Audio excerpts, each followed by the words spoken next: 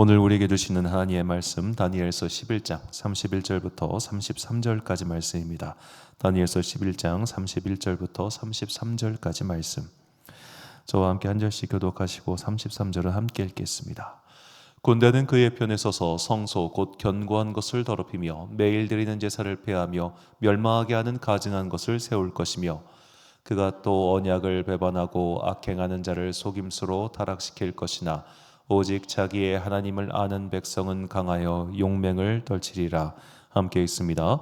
백성 중에 지혜로운 자들이 많은 사람을 가르칠 것이나 그들이 칼날과 불꽃과 사로잡힘과 약탈을 당하여 여러 날 동안 몰락하리라. 아멘. 알수록 알기 쉬운 성경 세계사 제13강 하스몬 왕과 로마라는 제목으로 우리 함께 또 성경 배경사 연구해 보도록 하겠습니다. 어제 좀 개인적으로 특별한 좋은 시간을 가졌는데요. 이 대한성소공회에서 주최하는 그 새한글 성경 완관을 감사한 봉헌 예배를 영락교회에서 드리고 왔습니다. 가면 이렇게 모든 참가자들에게 새한글 성경 이게 23,000원짜리인데 다 주더라고요. 와, 1,000명 넘게 왔는데 그걸 다 주고 있어요. 놀랐어요. 아직 이제 대한성소공회에서 아직 판권을 풀지를 않아가지고 현재로서는 대한성소공회에서만 이게 발간되고 있는데, 여튼 제가 조금 더 공부해보고 나서 우리 교회 모든 성도님들께도 교회 이름을 새겨가지고 선물할 수 있으면 좋겠다. 일단 그렇게 생각하고 있습니다.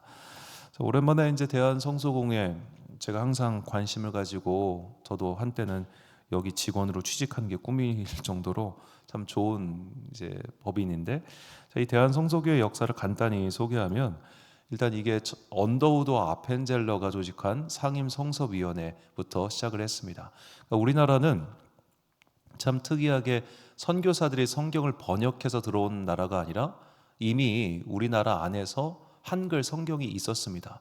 근데 성경 번역이라고 하는 것이 그렇게 누군가에 의해 자의적으로 번역되면 안 되고, 또 그때는 한문 성경을 번역한 것이기 때문에 원문과는 거리가 있었죠. 그래서 원어 성경으로 최대한 한글에 직역한다 원칙을 가지고 이렇게 성경 번역이 시작되었습니다.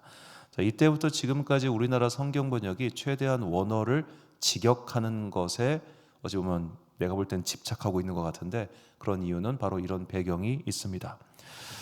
자, 이렇게 해서 이제 대한성소공회가 설립이 됐고 이후 활동을 하는데, 이 해방 이후 한글 성경 번역의 역사만 간단하게 말씀을 드리면, 일단 한글 맞춤법 통일안이 발표되었고 58년도까지 개정됐습니다. 그 이후에 개혁 한글판, 우리 어렸을 땐 다 읽어봤을 겁니다. 그리고 나서 이제 공동 번역 성서, 이건 가톨릭 교회용으로 나온 것이고, 그리고 표준 세번역 98년도에 개혁 개정판이 나왔죠. 그래서 이제 98년도 이후에 대부분의 교회에서는 이 개혁 개정판 성경으로 예배를 드리고 있을 겁니다. 자, 그리고 이제 공동 번역 개정판이 나오고 표준 세번역 개정판, 이걸 보통 세번역이라고 하는데, 우리 교회는 새벽 기도회 때 이 표준 세번역 개정판 성경으로 본문 낭독을 하고 있습니다. 그리고 이제 23년의 세월이 흘러서 드디어 새 한글 성경이 나왔습니다. 이 새 한글 성경 번역 기간이 13년이고 성서학자 36명, 국어학자 3명이 포함된 약 40명 가까운 사람들이 이거 13년 동안 열심히 번역해서 이제 작년 12월에 출간했고 어제 이제 봉헌 예배를 드린 겁니다. 이 13년이라는 기간이 참 결코 짧지 않은 세월이었구나 느꼈던 것이, 그 구약 성경이 어떻게 번역했나 그걸 발표하러 나오신 그 현재 연세대 신학대학교 교수님께서 자기가 이 프로젝트에 참여하게 된 이유가 딱 하나였대요. 그쪽에서 불러주셔서 참여하게 된 건데, 영광스럽게도 그 당시에 40대 교수가 자기밖에 없었대요. 구약을 전공하고 히브리어를 전공해서 한국에 들어온 40대가 자기밖에 없어가지고 참여를 했는데, 이분이 이제 60대가 된 거예요. 이 13년이라는 세월 동안. 그래서 어제 이제 그 번역에 위한 참여하신 분들 서로 인사하고 하는데 거의 돌아가실 것 같은 분들도 오셨더라고요. 13년의 세월이 짧지 않았다는 생각이 들면서, 이 새한글 성경을 왜 번역하게 되었는가 의도를 분명하게 설명을 합니다. 다메체 시대를 살아가는 교회학교 학생들과 젊은이들이 성경을 보다 쉽게 이해하고 자신의 삶 속에 적용할 수 있도록, 그래서 원문에 충실하면서도 현대 한국어 어법에 맞게 번역하였다 라고 그렇게 의도를 설명하더라고요. 자, 제가 이제 어제 처음 이 성경을 받아가지고 읽어본 결과 일단은 저 개인적으로는 굉장히 좋은 것들이 있었습니다. 일단은 단어가 이전보다 훨씬 쉽게 번역을 했습니다. 그리고 좋지 않은 표현들을 뺐는데요. 대표적으로 저는 과부라는 말을 정말 싫어합니다. 왜냐하면 이제 일본에서는 아직도 미망인이라고 부르고 우리나라에서 보통 과부라고 부르는데 이 과자가 어떤 말이냐면 그 적다라는 말이에요. 적다. 그래서 우리 사극을 보면 과인이 할 때 이게 본인을 낮춰서 부를 때 과라고 하거든요. 과부란 뭐냐? 적은 사람. 내가 무언가 없다는 뜻이에요. 미망인은 어떤 말이냐? 고대로부터 이어진 말인데 남편 따라 죽어야 되는데 아직 죽지 못한 사람이 미망인이에요. 그러니까 이 모든 표현이 굉장히 아주 폭력적이고 아주 유치찬란하고 촌스럽고 하여튼 온갖 나쁜 표현이라고 저는 생각하는데 이걸 이제 이 새한글 성경에서는 그냥 남편 잃은 여인 이렇게만 해놨더라고요. 그냥 그게 깔끔한 거지. 요새 누가 과부라고 합니까? 남편 먼저 죽으면 할렐루야 땡큐지. 자, 그런 것도 모르면서 이제 약간 시대에 안 맞는 이런 단어들은 과감하게 빼서 저도 참 그걸 좋았는데 자, 문제는 이 번역에 참여하신 분들이 가장 어린 사람이 40대 후반이었으니 이게 정말 요즘 애들이 읽어도 이해할 수 있을 말인가 너무 어려워요. 오히려 너무 좀 읽으면 읽을수록 이거 좀 아닌 것 같은데 라는 생각이 현재까지는 듭니다. 제가 끝까지 완독을 좀 해봐야겠습니다만 왜 그러냐면 이게 저도 이제 어제 강의를 들으면서 알게 된 건데 히브리어와 우리말은 어순이 완전 정반대입니다. 그래서 히브리어는 심지어 오른쪽에서 왼쪽으로 히브리어는 써요. 우리말은 왼쪽에서 오른쪽으로 쓰고 어순이 반대라는 건 사고 체계 자체가 완전히 다르다는 겁니다.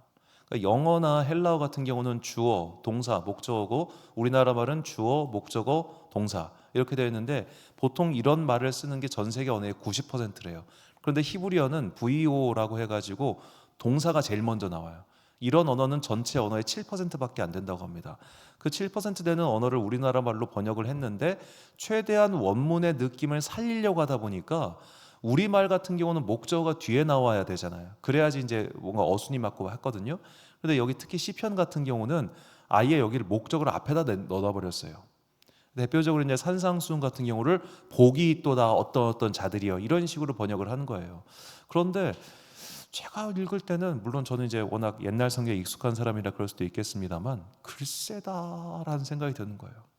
이분들의 13년 동안의 이 번역의 결과물 설명을 들으면서 듣는 내내 과연 이게 요즘 젊은 사람들, 특히 요즘 젊은 사람들은 이제 그 웹소설 같은 경우 다 이걸로 보지 않습니까?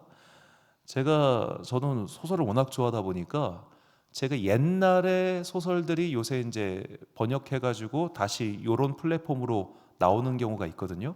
근데 제가 중학교 때 봤던 그러니까 30년 전의 소설을 요 스마트폰으로 보려고 하면은 잘 가독성이 굉장히 떨어집니다. 왜냐하면 이 스마트폰에 맞게끔 글자 수를 나름 다 계산을 해서 만들거든요. 그러니까 과거에 우리가 책으로 나온 것들은 문장이 너무 길어요. 문장이 길면은 이 휴대폰 화면의 한 절반 정도를 한 문장이 차지하고 맙니다. 그러면 요즘 애들은 못 읽어요. 그래서 이 휴대폰 문장 요새 웹소설들은 전부 다 문장이 짧습니다. 굉장히 짧아요. 그렇게 짧게 해야 애들이 단락을 이해할 수 있다는 겁니다. 그런 면에 비하면 성경은 여전히 문장이 너무 길어요. 너무 길어. 자, 이런 걸 보면서 결국 제가 들었던 생각은 우리가 믿음을 가지고 있다는 건 정말 기적이다라는 생각이었습니다. 자, 성경 번역이 이렇게 어렵습니다. 성경의 어수는 우리말도 아닙니다. 우리는 우리말도 아닌 그 원문을 가진 성경, 그 번역체의 성경을 읽고 우리 민족의 역사도 아닌 과거 고대의 어느 나라, 저 먼 나라, 지구 반대편의 나라에서 있었던 일들을 믿고 있습니다. 이것을 믿을 수 있다는 것 자체가 놀라운 기적 아닌가요? 다시 한번 느꼈지만 어제 그 세미나를 마치고 돌아오는 길에 제가 이런 생각이 들었습니다. 만약 저에게 정말 교회를 한 번도 다녀보지 않은 그야말로 생초짜 초보 신자도 아니지 예비 신자가 온다면 이 사람을 어떻게 한 명의 그리스도인으로 만들 수 있을까? 정말 어려운 일 아니겠습니까? 단순히 그를 데리고 매 주일마다 어떤 강의를 하고 교육을 한다고 그가 그리스도인이 될까요? 그가 그때부터 성경을 붙잡고 읽으면은 성경에 대해 관심을 가지고 성경 이야기가 쏙쏙 그의 귀에 들어오겠습니까? 한 명의 성도를 만든다는 건 정말 어려운 일이라는 걸 다시 한번 깨달았습니다. 그리고 한 명의 그리스도인이 된다는 이 모든 과정이 사실 기적이라는 거죠. 이렇게 읽기도 어렵고 이해하기도 어려운 것을 읽고 이것을 믿을 수 있다는 것 자체가 기적 아니겠습니까? 그렇다면 우리가 받은 믿음이라고 하는 것은 정말로 여러 가지 기적의 연속적인 결과로서 우리에게 주어진 하나님의 선물이라는 것을 어제 돌아오는 길에 한번 다시 생각을 해봤습니다. 자, 이런 믿음의 기적이 역사를 오늘 다시 한번 이제 성경 이야기를 통해서 배워보고자 하는데요. 우리는 지난 시간 이 헬레니즘 제국에 대해서 살펴봤습니다. 헬레니즘 제국은 이 알렉산더가 정복한 이 엄청난 땅을 결국에는 여러 전쟁을 거쳐가지고 세 명의 왕가로 나뉘게 되었다는 거죠. 이 중 이스라엘 역사와 관련되어 있는 나라는 이집트를 근거로 한 프톨레마이오스와 그리고 아시리아, 이쪽 페르시아 옛 땅을 근거로 한 셀류코스 왕가입니다. 자, 이 어느 데 보면은 셀류코스, 어느 데 보면 셀레우코스 이렇게 나와 있는데 제가 궁금해가지고 그리스어를 찾아보니까 우리식으로 발음하면 셀류코스라는 게 더 맞는 발음입니다. 셀레우코스는 그냥 그리스어를 읽을 줄 모르는 사람들이 그걸 그냥 영어식으로 읽어서 셀레우코스라고 읽는 거예요. 셀류코스란 말이 맞다고 저는 생각을 합니다. 자, 이렇게 해서 헬레니즘 통치에 과연 어떤 의미가 있을까 믿음에 있어서 결국 이 헬레니즘 제국 통치 기간 동안 유대인들의 세계관이 확장되었습니다. 그들이 헬라어를 배웠고 헬라어로 구약성경을 번역했고 그래서 비유대인 출신들의 유대인들이 생겨났죠. 그렇게 그리스도 교회의 선교를 예비하게 되는 사건이 바로 이 헬레니즘 제국 통치 기간 동안 일어났던 겁니다. 자, 그런데 이 헬레니즘 제국 중에 모두 다 정상적인 왕만 있었던 것은 아니죠. 아주 폭력적이고 이상한 왕이 있었는데 그가 안티오코스 4세라는 왕이었습니다. 이 안티오코스 4세는 그야말로 헬레니즘에 아주 심취한 인물이었기 때문에 내 나라 안에 있는 모든 민족들은 이제 신앙의 자유는 없어. 모두가 다 제우스 신을 섬기고 헬라화된 문명 속에 살아야 돼. 라고 하면서 가장 지독하게 그들의 신앙을 지키고 있었던 이 팔레스타인 유대인들을 목표로 삼게 됩니다. 그래서 이들의 예루살렘 성전을 모독하고 율법을 못 지키게 아주 강제를 했어요. 바로 이 이야기가 나오는 성경이 다니엘서 11장 20절부터 45절까지가 이 안티오코스 4세가 벌였던 일들을 우리에게 전하고 있습니다.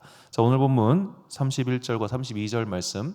군대는 그의 편에 서서 성소 곧 견고한 것을 더럽히며 매일 드리는 제사를 폐하며 멸망하게 하는 가증한 것을 세울 것이며 그가 또 언약을 배반하고 악행한 자를 속임수로 타락시킬 것이나 오직 자기의 하나님을 아는 백성은 강하여 용맹을 떨치리라. 자, 여기서 가증한 것을 세울 것이다. 그 사람이 예루살렘 성전 안에다가 제우스 신상을 세우려고 했다고 합니다. 그러니까 멸망시키는 가증한 것, 즉 우상을 거기다가 올려놨어요. 이런 일들 때문에 결국 유대인들이 더 이상 못 살겠다, 전쟁이다 하고 독립전쟁을 벌이게 되는데 이것을 보통 마카베오 전쟁이라고 부릅니다. 이 32절 자기의 하나님을 아는 백성은 강하여 용맹을 떨치리라, 이 부분이 바로 마카베오 전쟁을 상징하는 해석하는 예언이다라고 그렇게 말을 하고 있죠. 자, 유대 독립전쟁 혹은 마카베오 항쟁이라고도 불리는 이 전쟁은 기원전 167년부터 42년까지 약 25년 동안 진행된 긴 전쟁으로 이것은 구약 외경인 마카베오 상하곤에 나와 있습니다. 자, 이 마카베오라는 말은 이 대제사장 마띠디아의 셋째 아들인 유다의 별명, 이 어느 신이 주님과 같습니다라는 히브리어의 앞글자를 딴 말입니다. 자, 이 마카베오 이제 셋째 아들 유다가 예루살렘 성전을 수복한 날을 하누카 수전절이라고 하죠. 이 수전절은 요한복음에도 나옵니다. 자, 이들의 항쟁은 마침내 기원전 142년에 셀류코스로부터 자치권을 획득하는 그런 성과를 거두게 되지요. 자, 그 당시에 이제 셀류코스가 이들에게 자치권을 내어준 이유는 이때부터 사실 셀류코스가 이미 거의 다 망해가고 있었어요. 와르르르르 무너지고 있어가지고 오늘날 시리아 그리고 팔레스티나 이쪽 부분만 겨우겨우 통치하고 있는 중이라 막 사방팔방에서 반란 일어가고 하니까 야야 안 되겠다 해가지고 이들에게도 일정의 양보를 했던 겁니다. 자, 이렇게 해서 유대 독립전쟁의 결과로 이 유다의 마띠디아의 후손들인 하스몬 왕가가 등장합니다. 그런데 이 하스몬 왕가는 아주 취약했어요. 왜냐하면 극단주의자들 하시즘에 의해서 내부 분열이 심각했기 때문입니다. 자, 일단은 사두개인들은 이 하스몬 왕가에 반발했습니다. 왜냐하면 하스몬 왕가가 왕이면서 대제사장직을 겸직했거든요. 그런데 너희들은 사독 계열이 아니잖아 라고 하면서 이들에게 반발했고요. 또 바리새인들도 하스몬 왕가를 별로 좋아하지 않았어요. 왜냐하면 이 하스몬 왕가는 뭔가 헬레니즘적인 요소가 좀 섞여 있는 것 같았어요. 그러니까 철저한 민족주의자들이었던 바리새인들 입장에서는 너희들은 너무 현실에 타협한 애들이야 라고 하면서 지적했던 것이죠. 그리고 결정적으로 이 권력을 두고 왕과 내부에서 엄청난 다툼이 벌어졌기 때문에 이 유대 독립전쟁의 결과 하스몬 왕가가 만들어졌지만 그 하스몬 왕가가 있는 동안 정말로 바람잘 날이 없었다라는 표현이 딱 맞을 정도로 이들은 딱 105년 동안 지속된 왕가인데 그 105년 동안 국왕이 8명이었습니다. 그리고 그 국왕은 마지막에는 이제 형이 왕이 올랐는데 그 형을 동생이 쫓아내고 그 동생을 다시 또 형이 쫓아내는 그런 1년 사이에 그런 왕이 바뀌는 아주 혼란한 시기가 계속됐죠. 그러니까 고작해야 13년 정도밖에 나라를 다스리지 못했습니다. 이렇게 하스몬 왕가가 계속해서 그냥 왁자지껄 시끌시끌 하니까 이 보다 못한 하스몬 왕과 다른 유대인들, 이 유대인들 중에 좀 지도자급 인사들이 그 당시에 셀류코스 왕조를 멸망시키고 오늘날 시리아 쪽에 주둔하고 있었던 그 유명한 로마의 장군 폼페이우스를 찾아갑니다. 폼페이우스를 찾아가서 하는 말이 야, 네가 와가지고 우리나라 좀 점령 좀 해줘라고 부탁을 해요. 그렇게 해서 하스몬 왕가의 말미에 로마가 그 나라에 개입을 하기 시작한 겁니다. 이 마지막 싸움은 아주 그냥 혼란하기 그지없어요. 기원전 66년경에 요한 히르카누스라고 하는 사람이 왕위에 올랐는데 그 사람은 바리새인과 함께하는 사람이었고 그 형이 왕위에 올라니까 아유 네가 뭔데 왕위에 올라 나도 왕 될래 해가지고 이 아리스토블로스라고 하는 사람이 사두개인과 편을 먹고 내전을 벌입니다. 이 내전에서 폼페이우스가 결국에는 유대인들의 요청을 받아서 예루살렘에 입성을 하지요. 그때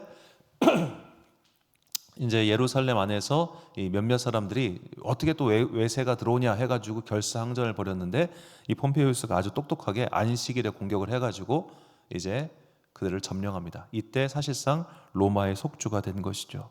이 폼페이우스가 이 당시 예루살렘을 정복하면서 했던 유명한 사건이 있는데 그가 바로 성전의 지성소에 들어간 겁니다. 그러니까 대제사장만 1년에 한 번 들어갈 수 있는 지성소를 폼페이우스가 그냥 들어가 버려요. 그리고 했던 말이 아무것도 없네였습니다. 아무것도 없네? 자, 무언가 특별한 일이 일어날 것 같고 무언가 대단한 게 있을 거라고 생각했는데 가니까 아무것도 없어요. 하여튼 그 지성소 습격 사건은 이제 유대인 역사에서 아주 유일무이한 그런 사건입니다. 자, 그렇게 해서 이제 로마가 예루살렘을 점령하고 로마가 예루살렘 점령한 이후에 그 예루살렘을 중심으로 한 팔레스타인 지역의 실권을 누구에게 넘겼느냐? 그 유명한 헤롯에게 넘기게 되죠. 자, 헤롯이 이 실권을 차지하게 된 데는 역시나 이 하스몬 왕조의 무능이 한 몫을 했습니다. 이 헤롯의 아버지가 안티파트로스라고 하는 사람이었는데 이 안티파트로스라고 하는 사람은 에돔 족속의 유력인이었어요. 자, 이 사람이 실권이 없던 히르카노스에게 접근을 했고 그리고 로마의 실권자였던 율리우스 카이사르에게 막대한 뇌물을 바친 후 이 팔레스타인 지역을 야금야금 장악하기 시작했습니다. 그리고 그의 둘째 아들 헤롯이 이제 왕권을 인정받는데 자, 로마로부터 인정받는 것도 중요하지만 또 백성들로부터 인정받는 것도 중요하기 때문에 그 당시 하스몬 왕조의 공주였던 마리암과 혼인을 함으로써 그렇게 헤롯 왕조가 시작된 것이죠. 백성들이 볼 때는 아직 하스몬 왕조가 그대로 이어지는 것처럼 착각하게 만들면서 말입니다. 자, 헤롯이 굉장히 똑똑한 사람이었기 때문에 여러 가지 사회 사업을 함으로써 백성들의 이목을 그쪽으로 돌려버리고 특히 예루살렘 성전 리모델링 작업을 착수함으로써 사람들이 거기다 다 집중하게 만든 사이에 자기는 야금야금 이 땅 따먹게 하듯이 그쪽 실권을 장악했죠. 이게 예수님께서 태어나시던 당시에 이스라엘 사회의 모습이었다는 겁니다. 자, 100년 넘는 기간 동안 한 왕조가 다스렸는데 완전 엉망진창이었어요. 자, 그렇게 내부 분열과 사회적 혼란이 극심했던 때가 예수님이 오셨던 때다. 자, 이렇게 내부 분열과 사회적 혼란이 극심했던 그때에 예수님께서 오셨다는 이 모습이 저는 마치 오늘날 우리의 상황과 굉장히 비슷하다는 생각을 참 많이 했습니다. 우리도 굉장히 사회가 지금 혼란스럽지 않습니까? 자, 이 유다 독립전쟁, 이 하스몬 왕가는 잘 보면 결국에는 처음에는 믿음의 자유를 위해서 싸웠지만 나중에는 권력의 독점을 위해서 싸웠습니다.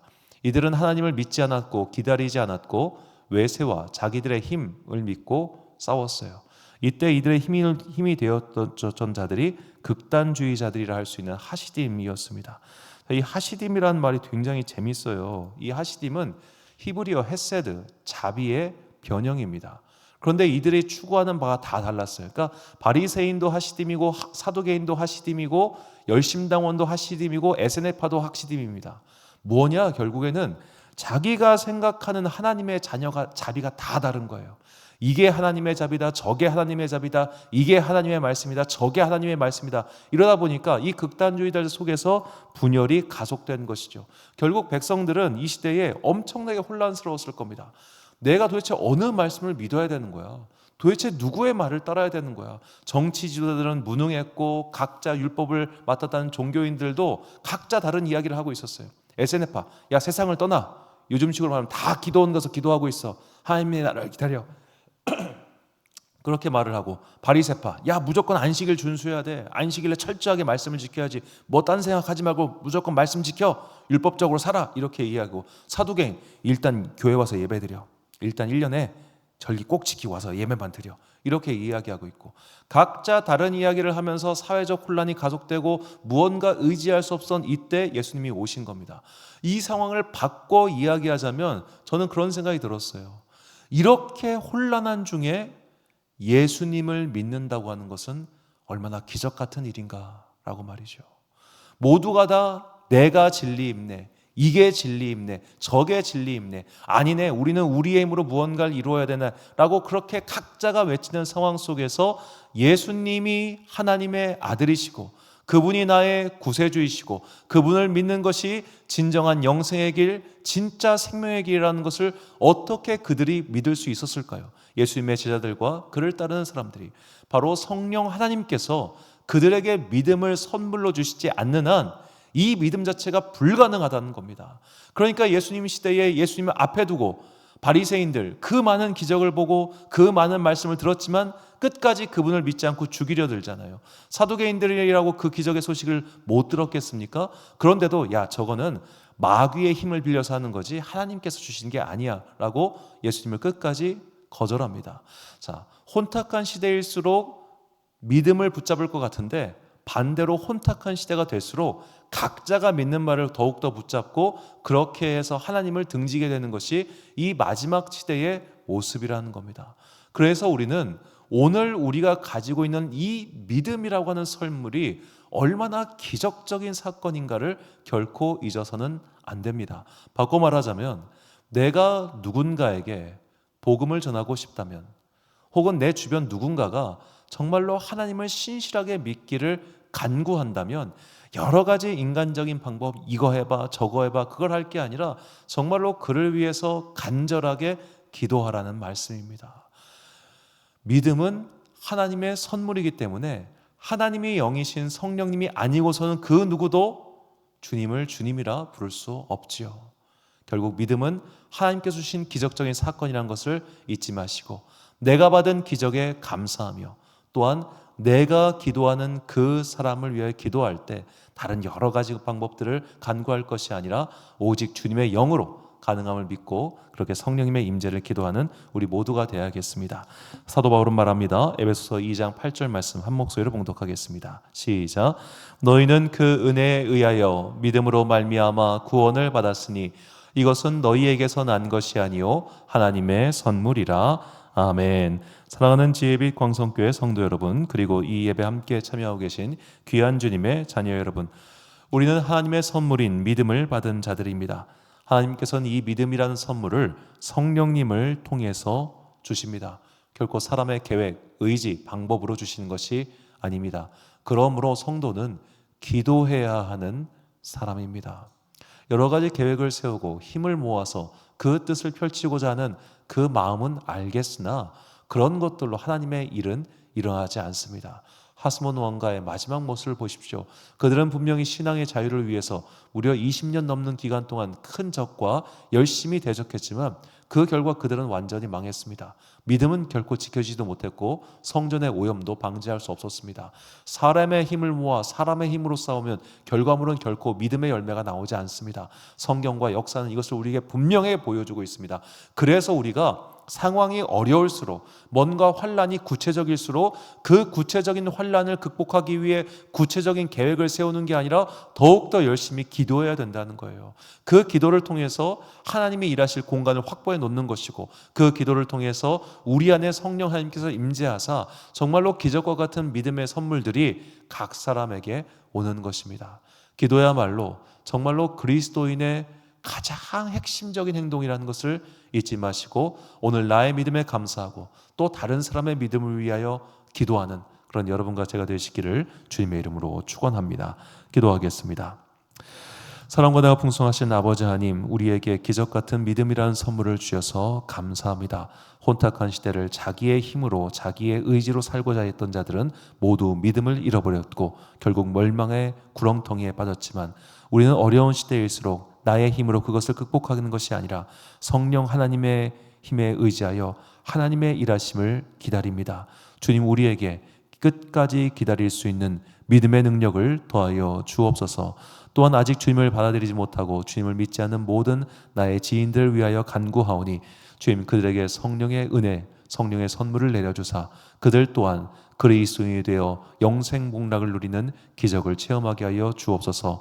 성도회가 가장 열심히 해야 될 일, 그것은 하나님의 영을 구하는 기도라는 것을 잊지 않고 날마다 우리의 삶에서 기도가 멈추지 않고 끊이지 않고 나오기를 간절히 소망하오며, 이 모든 말씀 우리 구주 예수 그리스도의 이름으로 기도드립니다. 아멘.